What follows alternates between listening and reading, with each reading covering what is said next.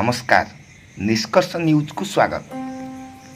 कटक जिला टांगी रे 250 जन व्यवसायी स्वाब संग्रह एंटीजेन टेस्ट रे 2 पॉजिटिव चिन्हट। कटक जिला टांगी गोष्ठी स्वास्थ्य केन्द्र पक्षर कोरोना संक्रमण ह्रास निमंते प्रयास आरंभ होइछि।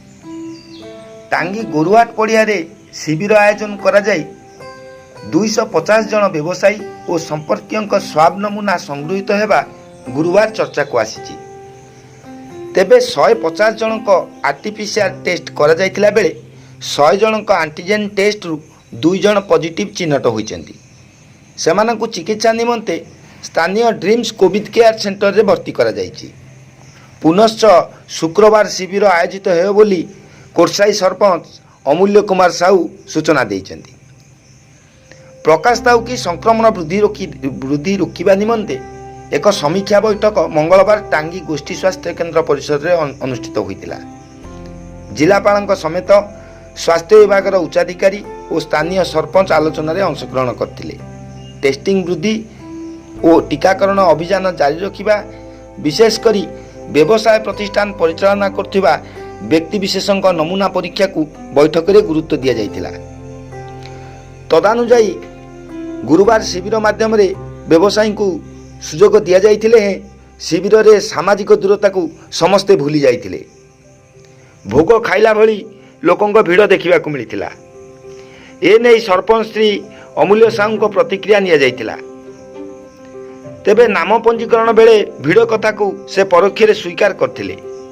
टेस्टिंग बेले टांगी पुलिस पहुंची परिस्थिति नियंत्रण करथिबा जानिया को मिली। आपन परिचय सर?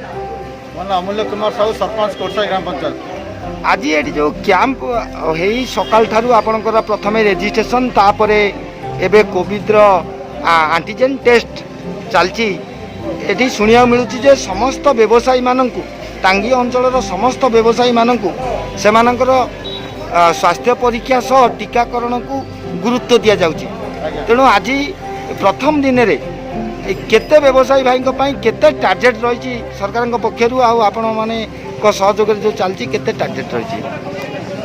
कोरसाई ग्राम पंचायत जनसाधारण समस्त सचेतन लोक समस्त स्वास्थ्य सजत्न जो कोविड जो महामारी आक्रांत कर समस्त संक्रमित को संकुचित करने संक्रमित को रोकने संक्रमित को विरोध करने समस्त सहयोग कामना कर समस्त सहयोग आज जमापड़ी समस्त सहयोग रही धन्यवाद दूसरी समस्त को नमस्कार करुँच सहयोग कर कथा हूँ बर्तमान महामारी कोरोना समय जो भाई लोक धन जीवन क्षयक्षति होती से सब को दृष्टि रखी आम व्यवसाय प्रतिष्ठान बंधु मानक भाई मानक मुरई मानक आज कलेक्टर जिलापाल महोदय निर्देश में आज आम कार्यक्रम नहीं कोरसाई ग्राम पंचायत तरफ आमको मेडिकल स्टाफ एवं थाना स्टाफ समस्त सहयोग कर समस्त धन्यवाद जनाऊँ कोरसाई ग्राम पंचायत तरफ। आशा करुँ कोरसाई ग्राम पंचायत जो टांगी बोली जो रेकर्ड रही कटक जिला 1 नंबर रही आगामी दिन में खूब संकुचित भाव में टांगी समस्त पछर समस्त पछर रही सम्मान वृद्धि कर। आज प्रथम दिन में आपंकर केते टार्गेट आज रही आज केते लोकन को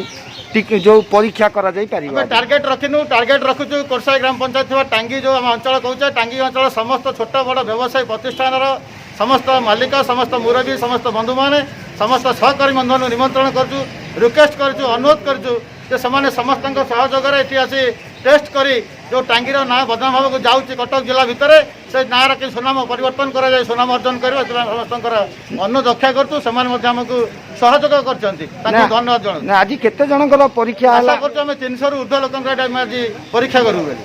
रेजिस्ट्रेशन बर्तमान पर्यटन केते लोक कले? पाखापाखि 150 रु ऊर्ध्व लोक रेजिस्ट्रेशन कर सारे बर्तमान 103 खंडे लोक आम परीक्षा सरला जिते लोक आसवे आम आज संध्या पर्यंत परीक्षा करूँ आशा रखी।